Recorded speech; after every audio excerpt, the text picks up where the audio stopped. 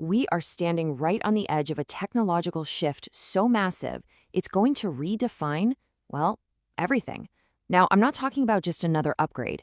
This is a fundamental change in how we compute, how we solve problems, and maybe even how we understand reality itself. Today, we're opening up the intelligence briefing on the quantum revolution, and we're going to look at both its unbelievable promise and its hidden dangers. Look, this might sound like something out of a movie, but it's not. This is the reality of the technological wave that is already starting to crash over us. We are talking about a force that could completely rewrite entire sectors of the economy, and it all starts with a totally new way of thinking about what a computer is. So, to really get a handle on the huge disruption that's just around the corner, we have to understand the core technology that's making it all happen.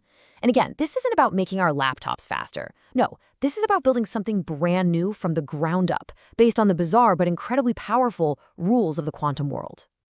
Okay, think about it like this. Your computer, right now, it uses bits. They're like little light switches. They're either on or they're off, a 1 or a 0. Simple.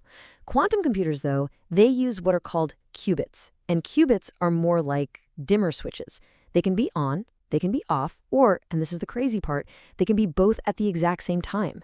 It sounds small, but that one difference lets them explore millions of possibilities all at once.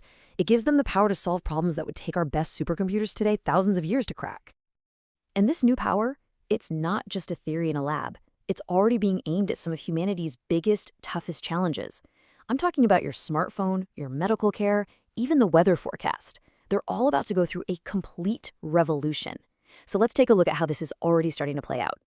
So in the world of high-stakes finance, this is already happening. I mean, right now, big firms like Goldman Sachs are using quantum-inspired algorithms to look at market risk. They can just churn through countless different scenarios, finding these tiny hidden risks that traditional computers would totally miss. And in a volatile market, that's the difference between making it and breaking it. But in medicine, wow, the impact could be even bigger. Just imagine being able to simulate exactly how a new drug is going to interact with a virus, molecule by molecule. This could slash the time it takes to develop new medicines from over a decade to just a few months.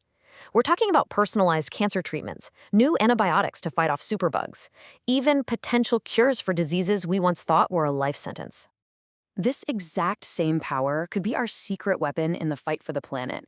Imagine designing materials atom by atom to create solar cells that are just ridiculously efficient, or running climate models so precise that they don't just predict a future, they actually help us build a better one. This is how we can start to really tackle our biggest environmental challenges head-on. Really, at its heart, this is about a whole new age of invention. Because quantum computers can simulate matter at the most basic level, we can literally design the future.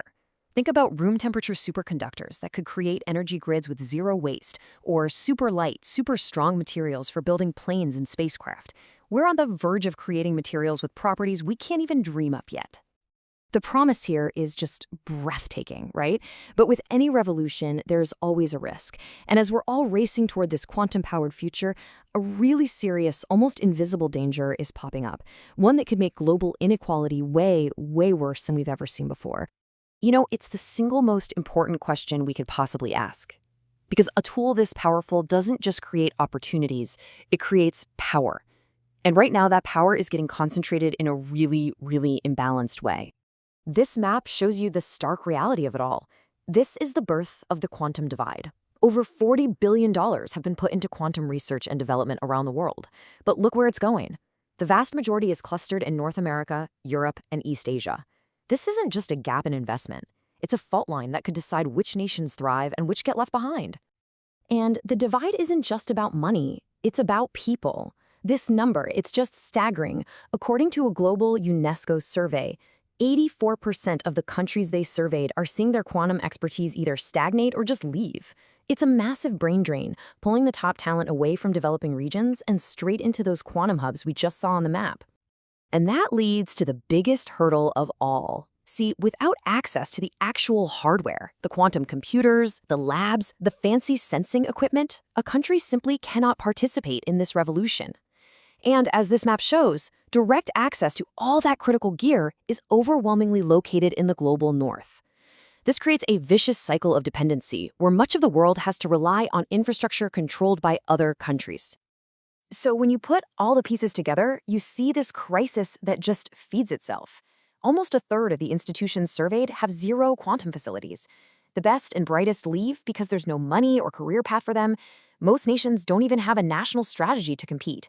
And to top it all off, collaboration is weak, leaving researchers totally isolated. It's a developmental dead end that threatens to turn this amazing revolution into just another tool to widen the gap between the rich and the poor. This is a serious problem for sure, but it's not unsolvable. The good news is that global institutions are waking up and realizing how urgent this is. The challenge now is to go from just talking about the divide to actually closing it. And honestly, it's a race against time. So the path forward really seems to be built on three main pillars. First, we have to make knowledge accessible to everyone through open access education.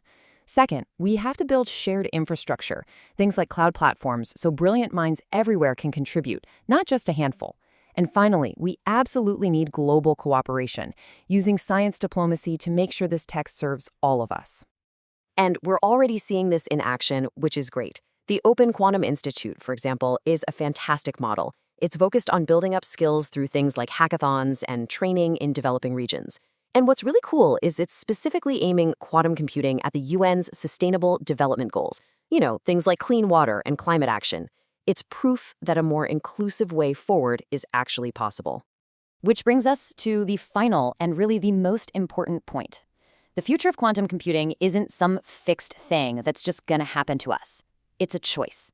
It's a choice that we are making right now, with every single policy we write, every dollar we invest, and every partnership we form. The technology itself, the qubit, the algorithms, it's neutral. It can be used to solve our greatest problems, or it can be used to create the deepest divisions the world has ever seen. Its impact is going to be determined entirely by the rules, the ethics, the access, the governance that we decide to build around it. So ultimately, we're at a crossroads. Is this revolution going to be a tide that lifts all boats? Or is it going to leave much of the world stranded? The choice is ours to make, and the clock is ticking.